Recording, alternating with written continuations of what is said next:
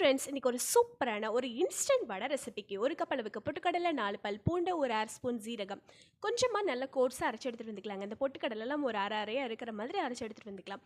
அதெல்லாம் ஒரு கப்புக்கு மாற்றிக்கலாங்க.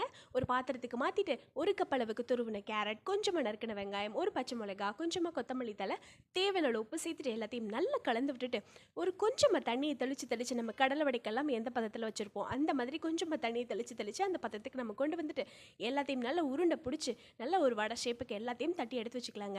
வடை மாவெல்லாம் ரெடி பண்ணிவிட்டு அடுத்ததாக எண்ணெயும் நம்ம காய வச்சு ரெடி பண்ணிக்கலாங்க. எல்லாத்தையும் உள்ள தூக்கி போட்டு சூப்பராக பொரித்து சாப்பிட்றலாங்க.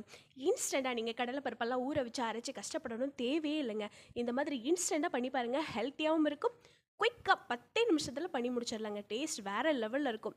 கண்டிப்பாக நீங்களும் ட்ரை பண்ணி பாருங்கள். மறக்காமல் நம்ம சேனலை சப்ஸ்கிரைப் பண்ணிக்கோங்க. இந்த ஹெல்த்தி ரெசிபியை கண்டிப்பாக ட்ரை பண்ண மறந்துடாதீங்க.